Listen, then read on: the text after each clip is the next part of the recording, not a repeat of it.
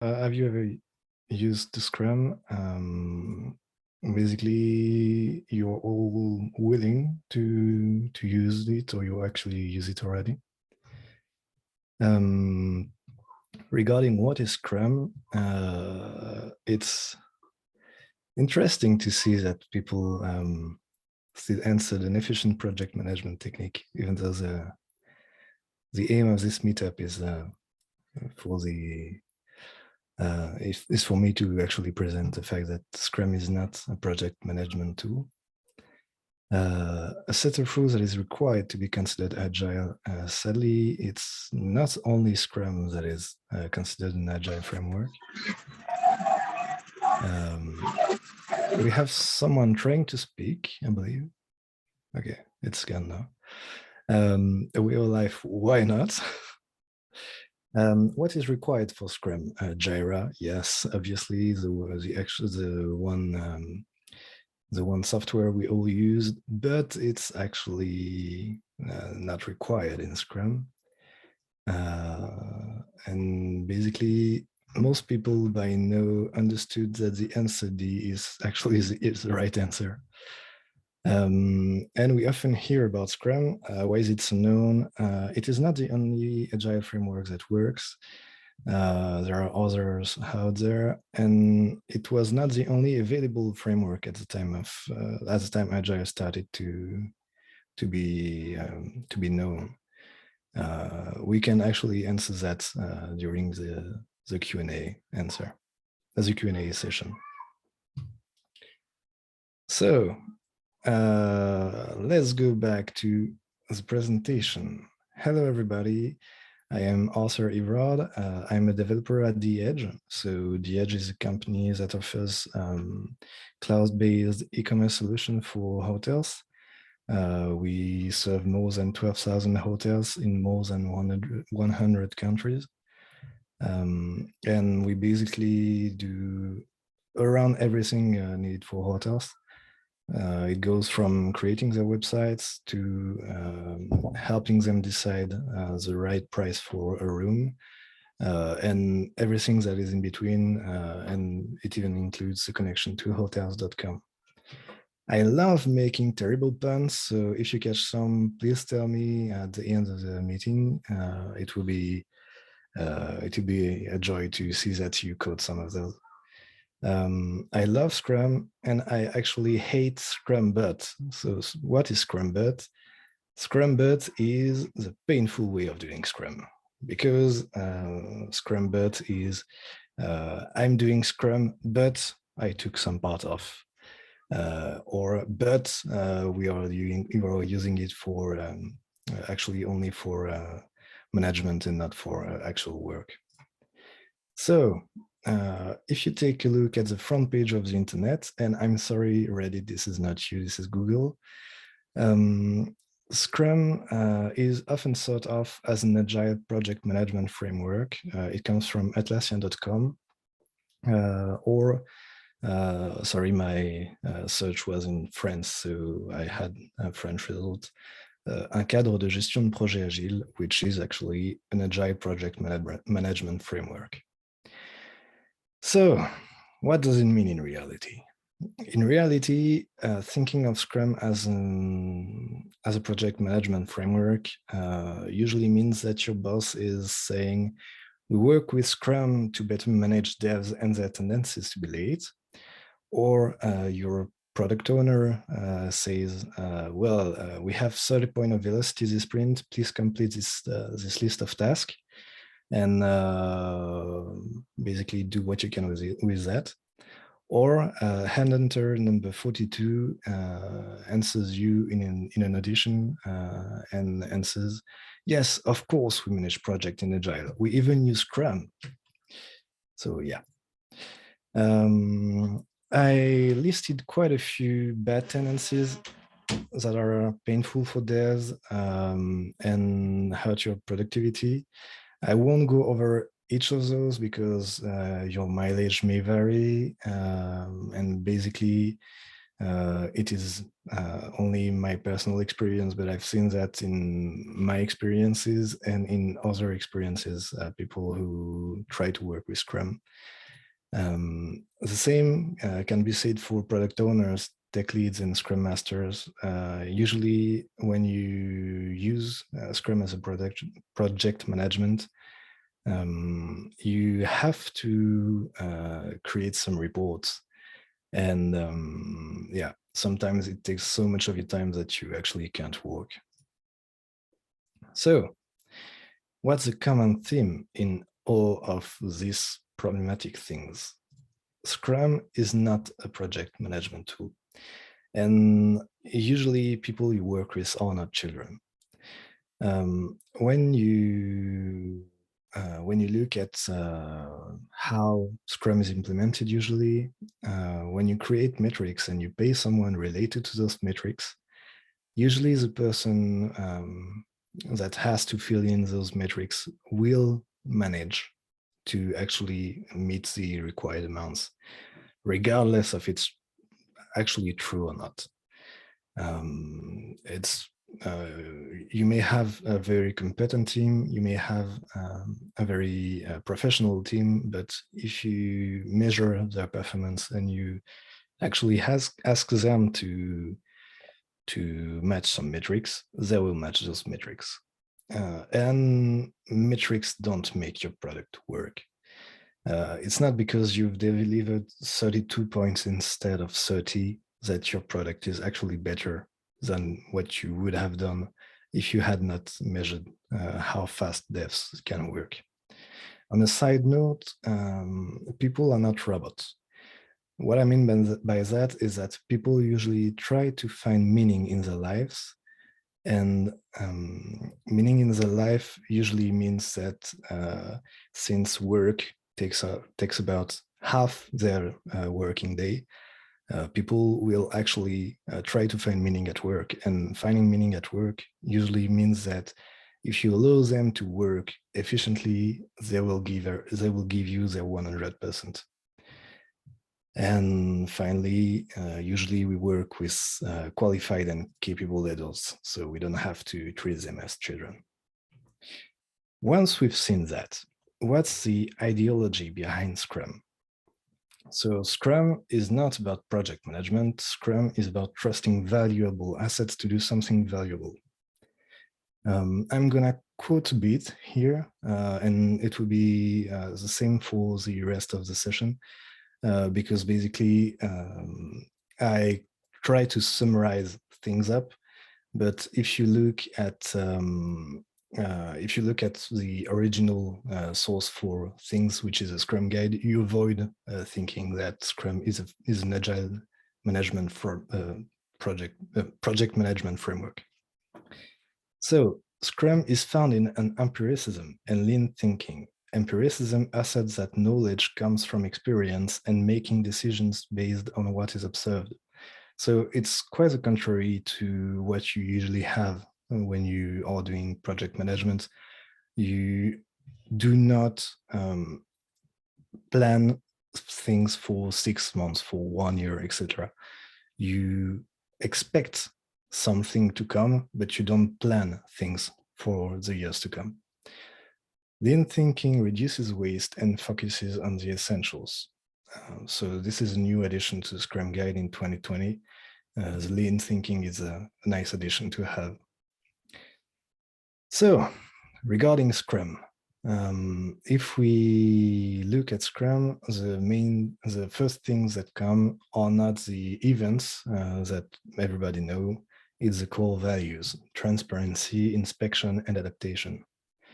And during the opening of the Scrum Guide, you can see the successful use of Scrum depends on people becoming more proficient in living 5 values: commitment, focus, openness, respect, and courage.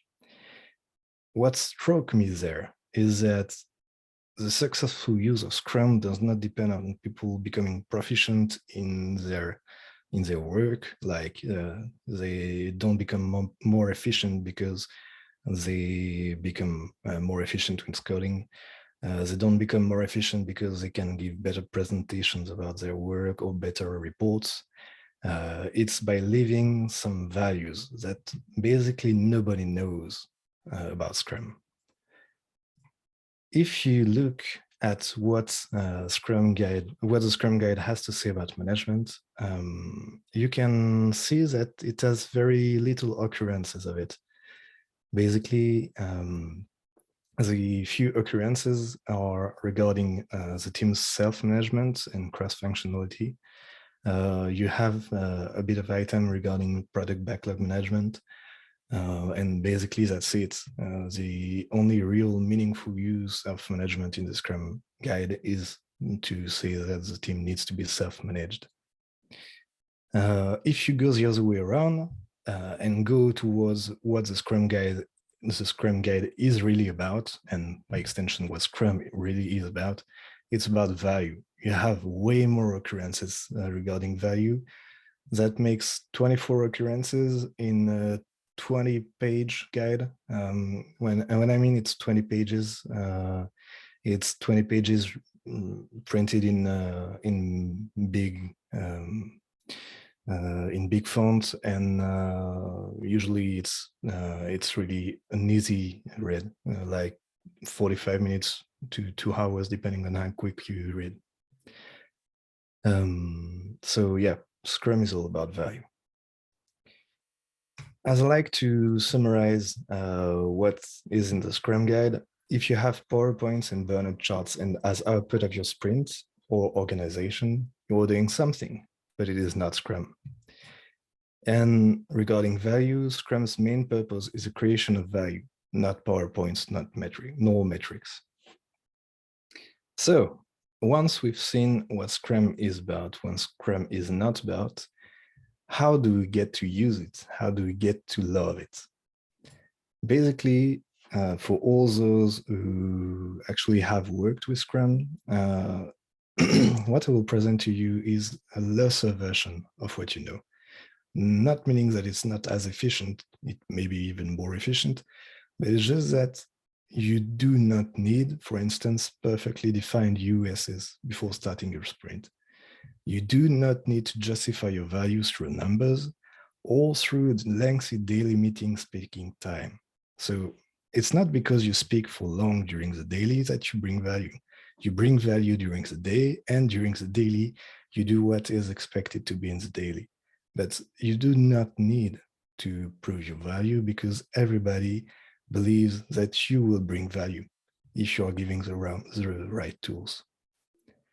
You focus on one thing. You don't disperse on several subjects. You focus on one thing, which is a sprint goal.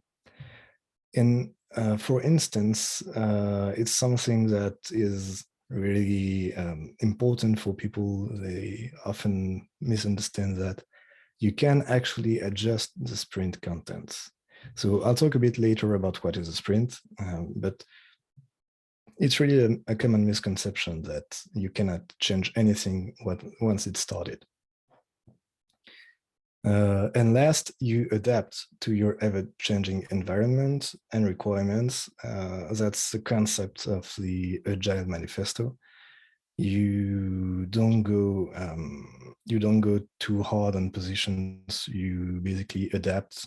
The only thing important is that Scrum comes with a bit of rules, but once you've satisfied those rules, you can really much adapt.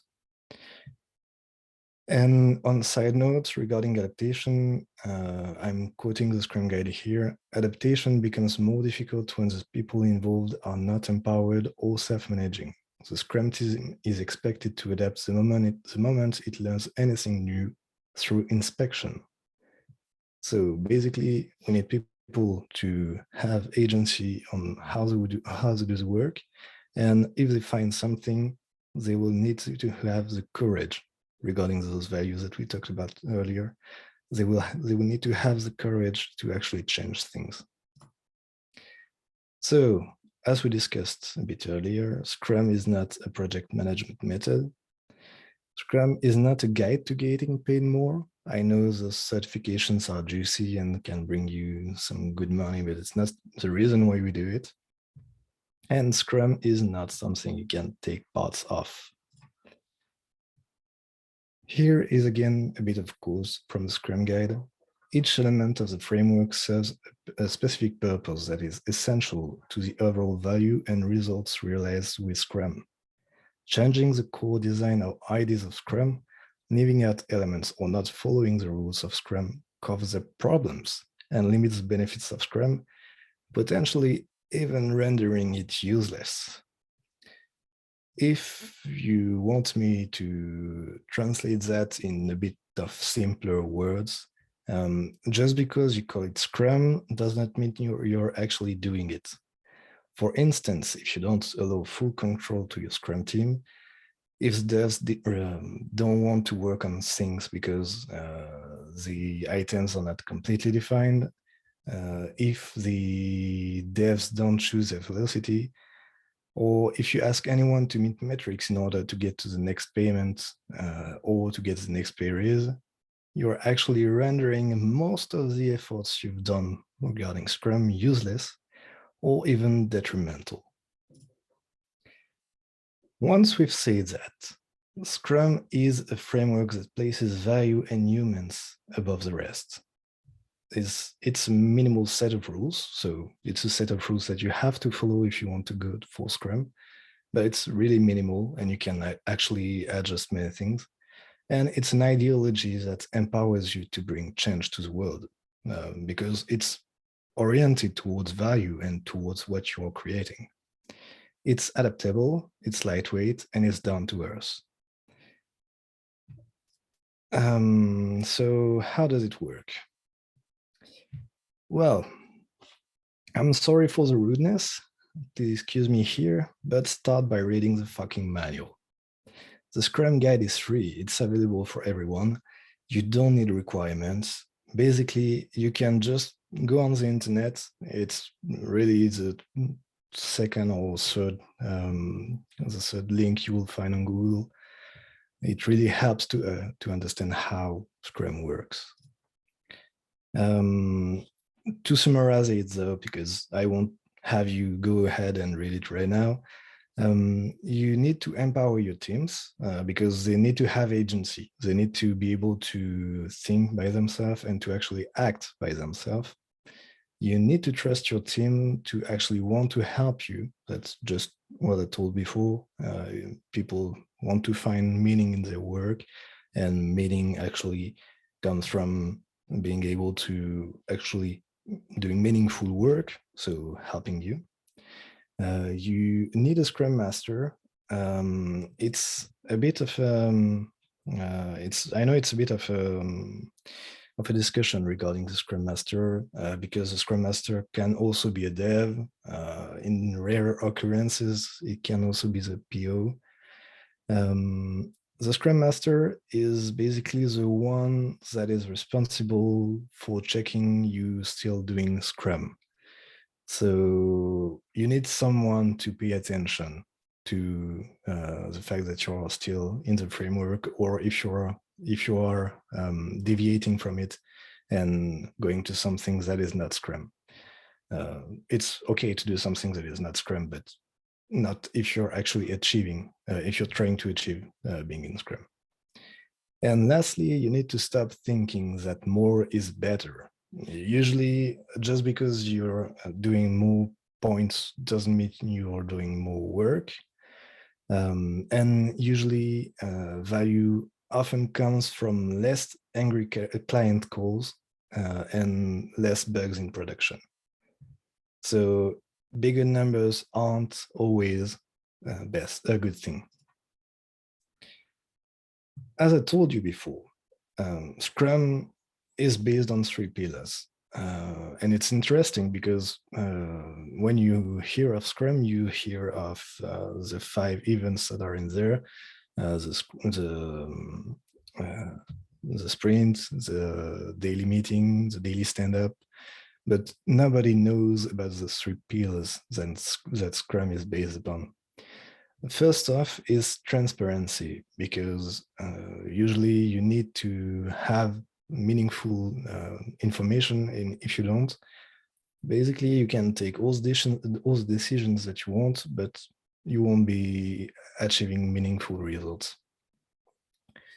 Inspection, which actually there is something written about it in the Scrum Guide. Inspection without transparency is misleading and wasteful, so quite just what I said before.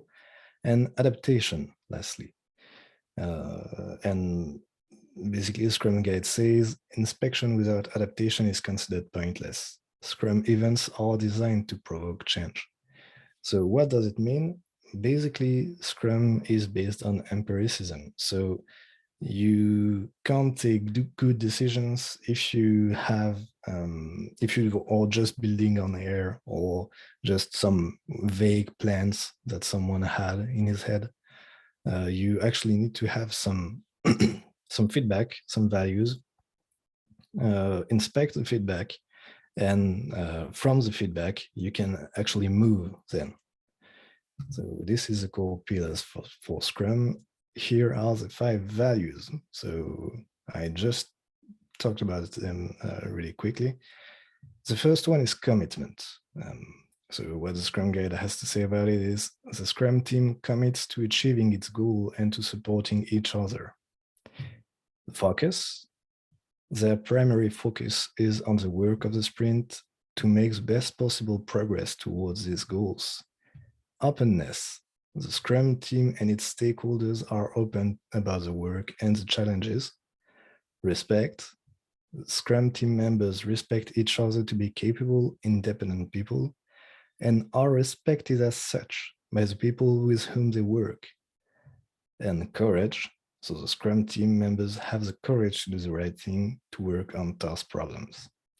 Just imagine this situation. You just found a huge problem that just prevents you from completing your work, and actually it's setting you back 3 months. You have to go back and redesign everything, and if you don't, basically you're just wasting time because you actually can't go forward in your way. You actually need the courage to talk about everybody in the organization that is related to this problem. And this courage needs to be matched with respect. The fact that you are the ones that found the problem does not mean that you are the root cause for this problem. The fact that you actually had the courage to speak up means that you actually are on the way to being able to correct it. So those 5 values are the actual base, the requirements that you have to build upon. If for instance you're not respected by the stakeholders, you have to have a talk about it. Basically, once you've actually had 1 or 2 instances in which you were allowed to speak and you actually demonstrated that you can work on a thing and you actually are here to improve the value of a product, trust will come right after. Next, the 5 events. The one thing that everybody knows about Scrum, and usually it's completely wrong. Let's take a bit of time to speak about that. First, the sprint. So this one everybody knows. It's of fixed length, it's short, and it's viewed as a small project.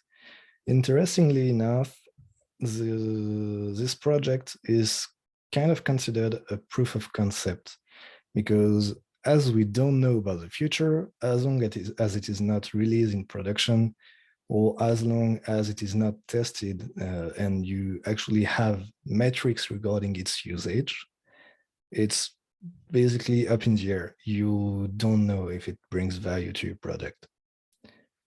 The goal of this project is called the sprint goal, and the whole team focuses on this goal. Here, I'll do a small experiment. I'll do it by myself because basically I just won't pick someone to do it for me. You can trust me, or you can actually do it by yourself. The result will be exactly the same. I'll count from 1 to 10 really fast. then I'll count from 10 to 1, and then I'll try to mix up things. So here it goes. 1, 2, 3, 4, 5, 6, 7, 8, 9, 10. So took me about 2 seconds.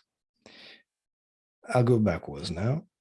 10, 9, 8, 7, 6, 5, 4, 3, 2, 1. So a bit longer. Let's say it took 2.5 seconds, maybe 3. And now I'll try to mix up things. So it goes like this. 1, 10, 2, 9, 3, 8, 4, 7, 5, 6, 5, no, 6, 5, 7, 4, 8, 3, 9, 2, 10, 1. Basically, it took me around 30 seconds, and I've done a bit of mistakes in the middle. You can try it at home. It's exactly the same outcome every time. I've done it like 20 times already with different people, and the result is always the same. When you ask people to work on small tasks, they work really efficiently. When you ask people to work on small tasks at the same time, they don't. And it's really interesting to know there have been studies regarding that in the IT community. And when you switch from one project to another, you basically lose 3/4 of an hour if it's not longer. So let's think about it. I'm in a Scrum team, and the sprint goal is we have 2 or 3 different sprint goals on several topics, and we're actually working on those. And someone in my team is blocked in one of the problems, and it's actually not the thing I was working on, because I was working on a different goal. So I have 2 choices. Either I help him, and so I basically lose roughly 1 hour from trying to go on his problem, helping him, and then going back to my work. So at least 1 hour is lost there. Or I don't help him, and then this person is left to dry in the open. What's a good choice in there? Basically, there isn't any good choice in here.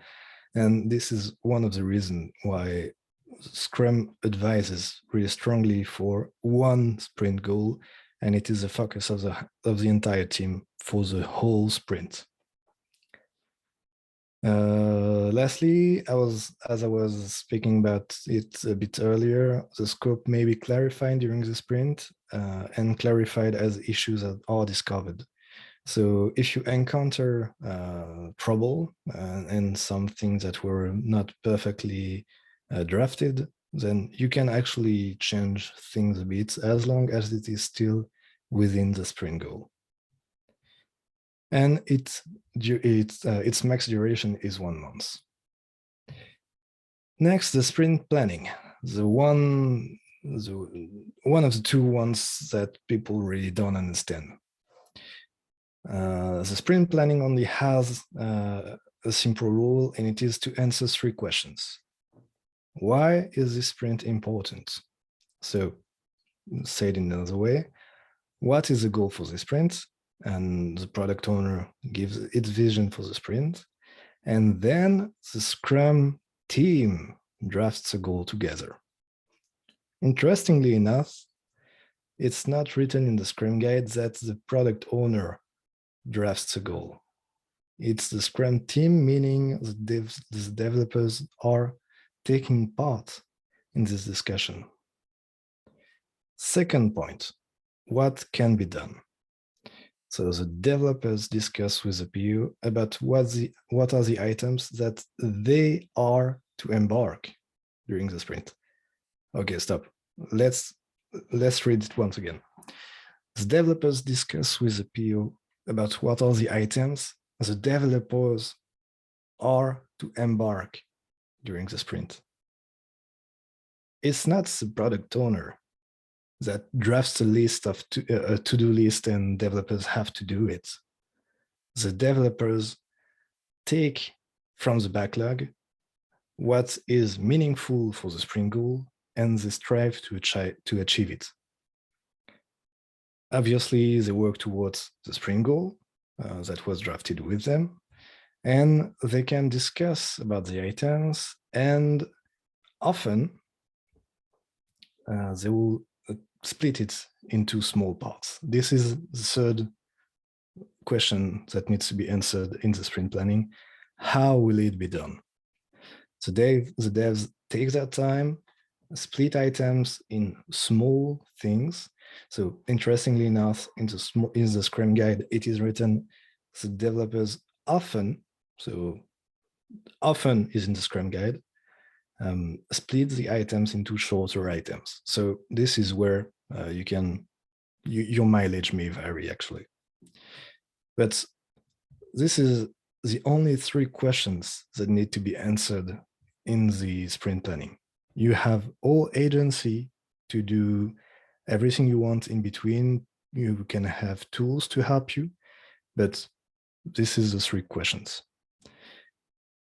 Finally, the goals, the items embarked, and the plan to do them, so the tasks, are the responsibility of the developers, and it is called the sprint backlog. Its duration is 8 hours for a month, usually a bit longer.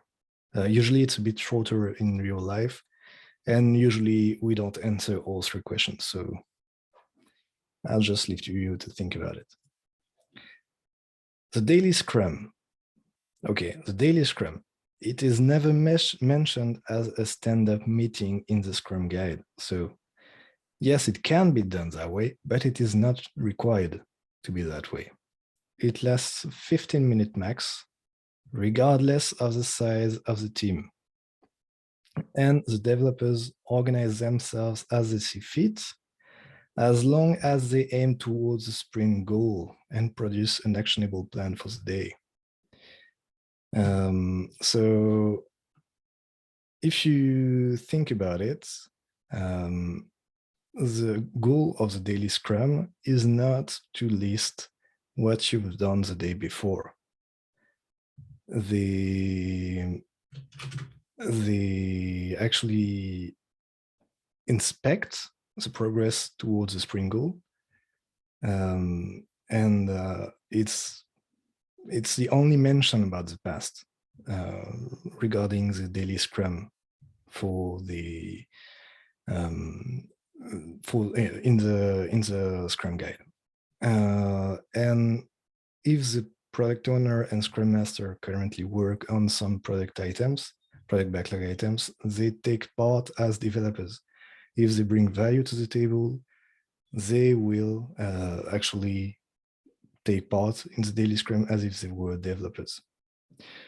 I have a question regarding some examples for the sprint planning. So regarding the sprint goals and etc.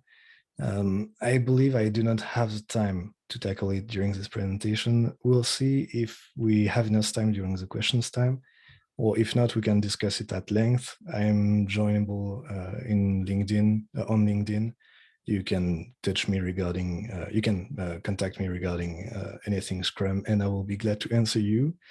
I am not a reference, but I'm an enthusiast, and so I'll do my best to answer you. So sorry, Aisel, I won't answer it now. So that's done for the daily Scrum. Let's go to the sprint review. Okay, I didn't say the sprint demo. What the heck? Everybody does a sprint demo, no? Well, basically in the Scrum guide, it is never mentioned as a demonstration. And actually, if you look at what is written in there, during the event, the Scrum team and stakeholders review what was accomplished in the sprint and what has changed in their environment. Based on this information, attendees collaborate on what to do next. The product backlog may also be adjusted to meet new opportunities. The sprint review is a working session, and the Scrum team should avoid limiting it to a presentation. Okay, so this is a huge change from what everybody does regarding Scrum. Basically, the review is just about as much about the past as it is about the future. We had a project that was here.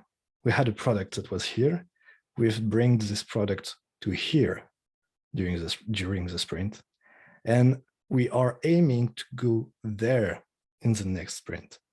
The sprint review is a working session. It's a workshop. It is not a presentation.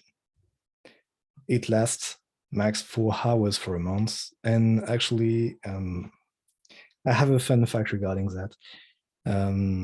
Once I was in a Scrum team, obviously, and in this team, we actually had a nice presentation about what we did.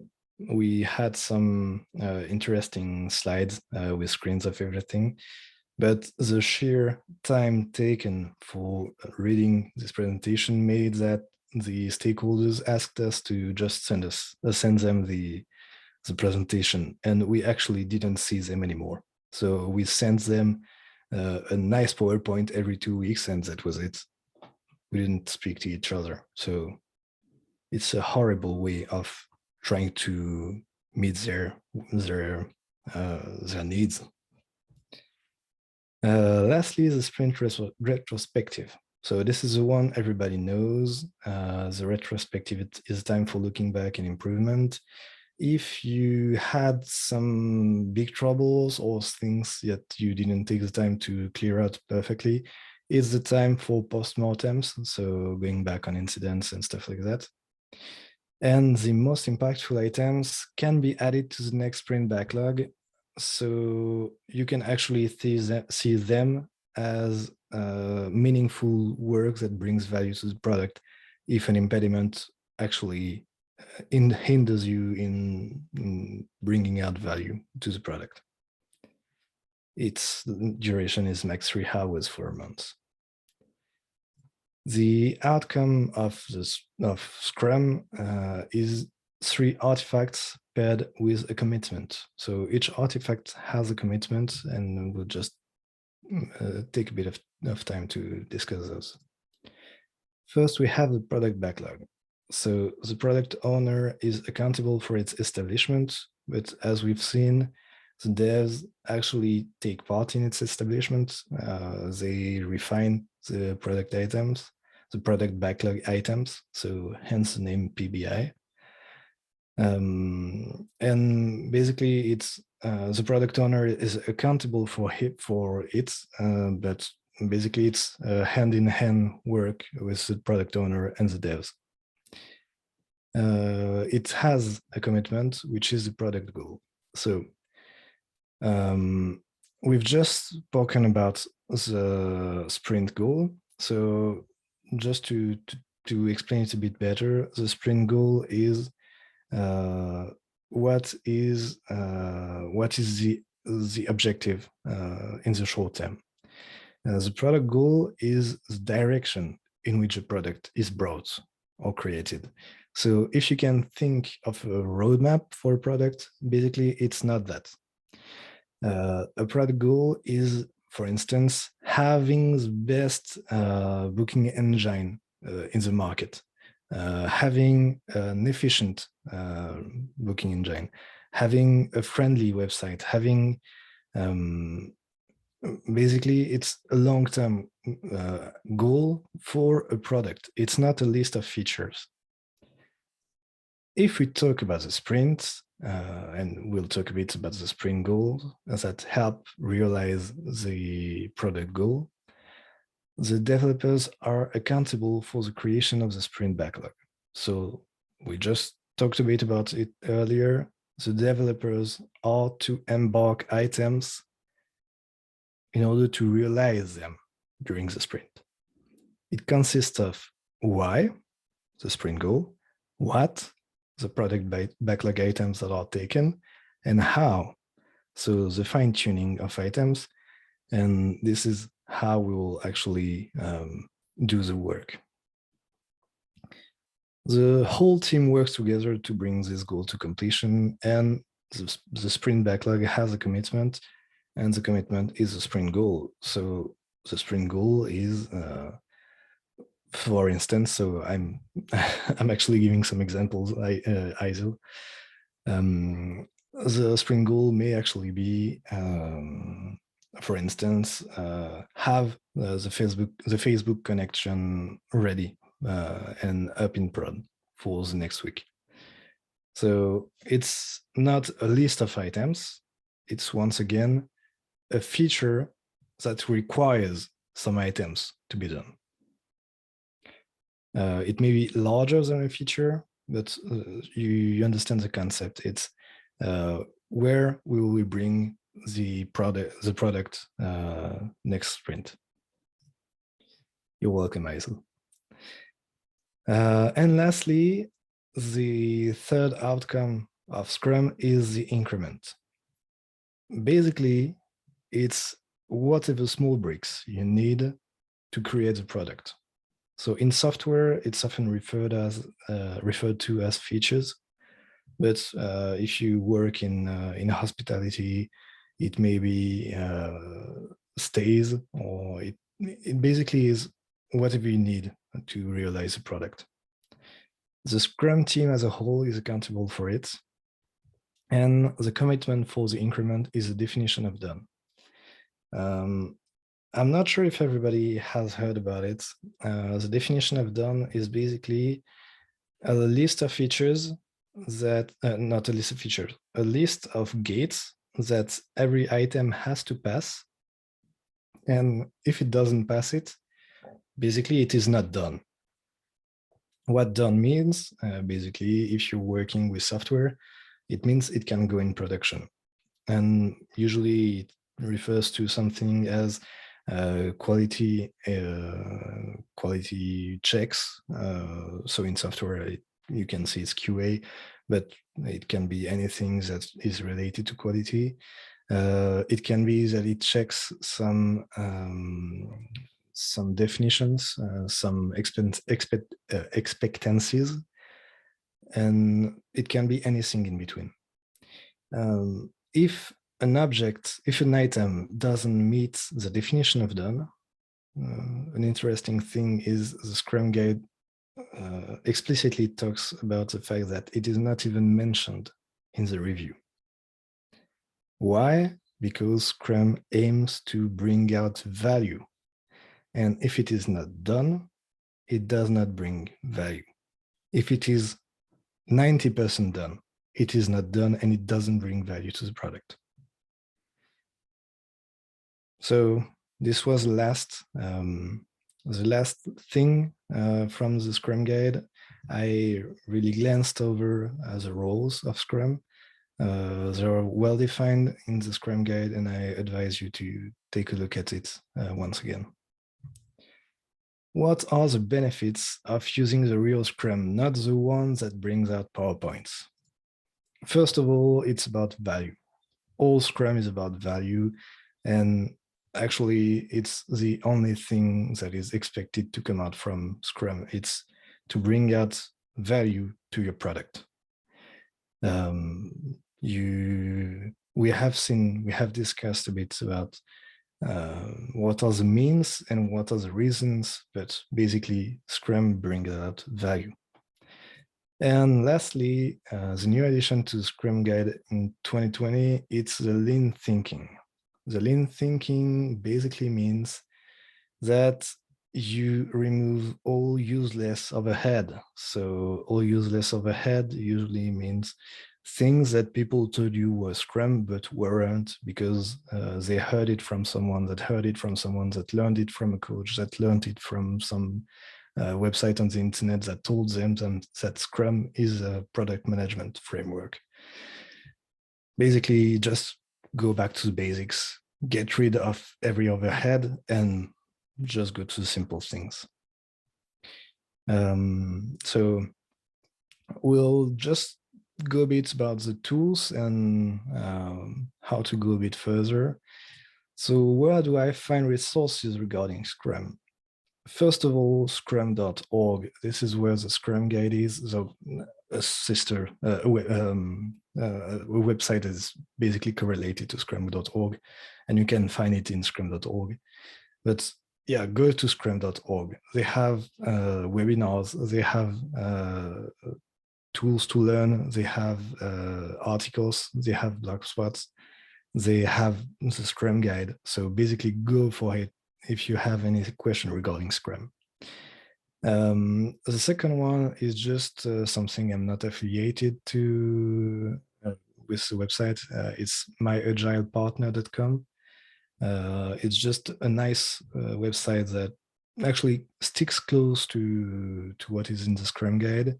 And it has really helpful retrospectives, for instance. There are just well-designed recipes for a great retrospective. So yeah, if you have questions about it later, I can definitely ping you to myagilepartner.com. Last question, if you go a bit further, what to do if your organization requires synchronization? So it's actually a question we're asking ourselves right now at work, and we're still in the beginning of it. So this is usually where we talk about Agile at scale. So Agile at scale is basically frameworks that integrate other frameworks and have them work really nicely. So you have Scrum of Scrum, which is the original one on the Scrum website. You have the Spotify model based on what was done in Spotify, disciplined agile delivery. The last two that are large scale Scrum and Scrum at scale, which are new iterations from the original designers of Scrum. And it's really interesting to take a look at what they have done after a bit of learning. And lastly, right at the bottom of the pile, you have SAFe, Scaled Agile Framework. I do have kind of a beef with SAFe. Basically, I've used it, and it's Scaled Agile Framework, but it's not agile anymore. You know your roadmap for 2 to 4 to 6 months, and nothing can change in there. So try to see alternatives. There are many, and SAFe is not the only one, and it may actually not be the best. So just a few tips before we go to questions, and I will answer about remote and telework in Scrum teams. First, try to look into other agile frameworks. Basically, I've just sold you Scrum as the best thing ever for roughly 40 minutes, 45 minutes. And actually, there are other frameworks that work well, but please, please, please don't learn about it from a website that tells you it's the most successful agile project management ever. For instance, you have Kanban that is good. You have extreme programming that is good too. It's just a bit extreme, so you have to go for it. But it's a good thing to try. Talking a bit about going the extra mile, no estimate. So if you were paying close attention, I've never talked about estimation in the sprint planning, and because it's never mentioned in the Scrum guide. So no estimate exists. It's a movement that takes that has some that has more presence in the open world recently. It's a valiant step forward, but if you actually do it, you avoid losing way so much time. Yes, this is where people start clapping. So I'm finished with the original part of my presentation. I'll go to questions, so you can write them in the chat. You can just open your mic and ask them live. I will just start with a question about from Amin. What about remote and telework in Scrum teams? Basically, the team I'm in right now is a distributed team. So we basically see each other maybe every month also. And it actually works quite well. There is no problem with being remote. Basically, all the items are the same. The nice thing from that we have learned from the pandemic right now is that we can actually work together with nice softwares, nice tools that help us to actually work as if we were close to each other. I still have a preference for teams to be co-located, and it's basically possible. I'm sure there are alternatives, but it's still possible to have Scrum in a distributed team. I have a troll from Benoit Lalande. What about Azure? So are you talking about the tools that are enabling us to work together, or asking if Azure actually, okay, so it's about the fact that Azure enables us to work in Scrum. It's one of the tools. I do love Azure, and I could do meetup regarding Scrum, regarding Azure, and I could discuss it at length. I believe it's not the place tonight, but yeah, Azure works. Actually, the tools from Atlassian kind of work well. They're a bit too complicated, in my opinion, but it works. You have many things that can work. Basically, even a Discord server enables you to have almost everything you need for Scrum. So it's really lightweight. You don't need some items. Jira is not a prerequisite for Scrum. It's often used for it, but it's not a prerequisite. Do you have other questions? You're welcome, Beno.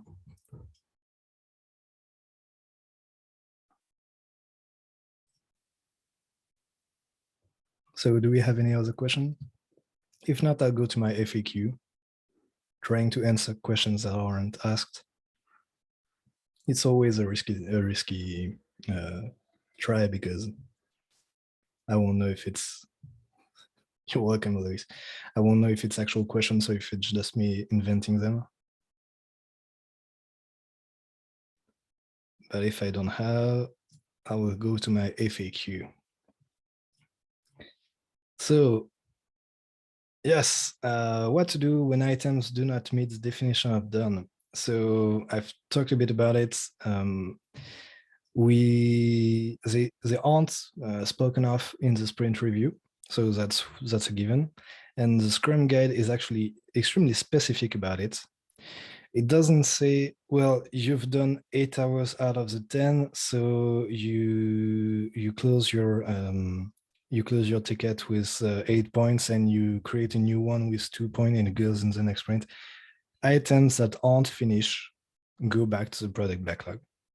The reason is they don't bring in value, so they are not spoken of. They do not bring value during the sprint that had happened. They don't need to be in the sprint report. They don't need to appear anywhere. Another question, how to know if Scrum is made for your organization? So it's a bit tricky because Scrum is designed to actually help people in most ways, but where it is more efficient is if you are providing value by creating product in a complex environment. For instance, if you know exactly what your tasks will be, and if you just have to go ahead and do them one by one, Scrum may not be the best one for you. And the other question is, do you actually own the planning and the prioritization of things you have to work on? The reason being, if you are in a team and you don't have the trust from your organization, or you have some roadmap that actually binds you to do some things first, and regardless of what comes next, you have to do the things in the roadmap, I believe Scrum may not be the best fit for you. But if you have agency and if you provide value by creating a product in a complex environment, I believe Scrum is made for you. Next question, what's the best way to estimate tickets and process velocity? So I touched it a bit earlier. The Scrum guide never mentions estimation. It never mentions velocity. It is something that is often used by Scrum coaches to sell Scrum to organization leaders. That allows you to see the progress of people. It can be useful, and it can actually help you see what's the progress, what are the progress that the team have made over the years. But if it becomes something you have to meet in order to get paid or to get your next pay raise, basically it's really detrimental and it kills the purpose of Scrum. Once again, it's in the Scrum guide, and the Scrum guide is all about empiricism. If you want to have estimations, be prepared to have them, and that they won't be accurate, because it's about the future. And as we all know, the future isn't known. You may discover a hidden bug. You may discover anything that can just blow up in your face, just like a big flaming balloon.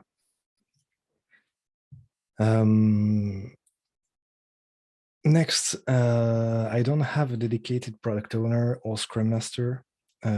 What to do? We touched about it once, just a bit. Scrum can't function without the set of rules that were actually written in the Scrum guide. The two roles, product owner and Scrum Master, are really important, and basically you can't function without them.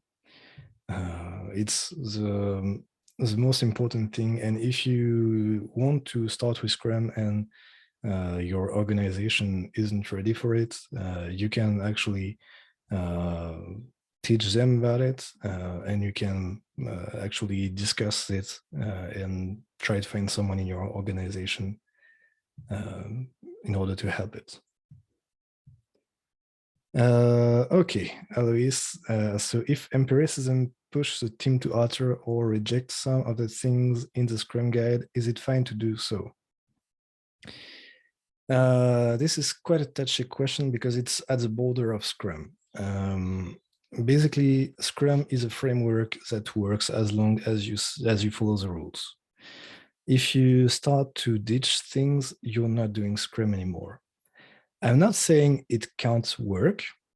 It can. Actually, there are many people that work really well in extreme programming or Kanban, anything that is in Scrum. It can actually work. The thing is that the Scrum guide in itself is based on empiricism and based on what has been seen over the years, over several tens, if not thousands, of teams. So if you actually find something that requires you to ditch some of the things written in the Scrum guide, it may be one of two or three things. It may be that your understanding of the situation is wrong. So I'm not saying that you are wrong, but it may be. It may be that your team isn't in the right environment to do Scrum. So as I told you, if you don't put value to a product in a complex environment, it may not be the best for you. And lastly, it may be something that actually needs to be added to the Scrum guide. And if so, just contact them, and they may either discuss with you and help you to improve your situation, or actually they may actually hear the feedback. And there have been instances where they heard feedback from people and they changed things. Just for instance, lean thinking that appeared in the Scrum guide in the later years. So it's really an open situation, and it's no black and white in there. I believe we are over the time. Um, if you have more questions, don't hesitate to ping me on LinkedIn or anywhere you can find me. Basically, I'm not hiding my accounts in anywhere, so you can find me. I'm thankful that you were all here, and basically, I believe it's time for me to drop the mic.